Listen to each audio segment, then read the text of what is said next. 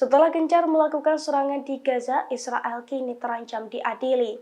Bahkan para pejabat kini juga dihantui dengan hukuman dari Pengadilan Pidana Internasional atau Mahkamah Internasional akibat genosida tersebut. Dilansir dari Haaretz pada Selasa 2 Januari 2024, para pejabat Israel khawatir Mahkamah Internasional atau ICJ yang berbasis di Den Haag mengadili Israel soal perang di Gaza. Terlebih, para petinggi IDF juga telah diberikan peringatan oleh seorang ahli hukum senior dalam beberapa waktu belakangan. Dalam peringatan tersebut, ahli itu mengatakan bahwa terdapat bahaya nyata pengadilan yang akan mengeluarkan perintah penghentian perang.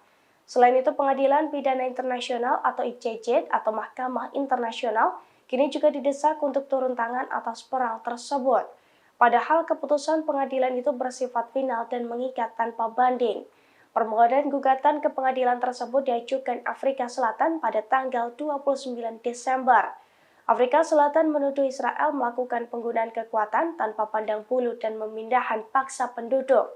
Selain itu, Afrika Selatan juga menyatakan tindakan Israel di jalur Gaza yang terkepung merupakan kejahatan terhadap kemanusiaan dan kejahatan perang.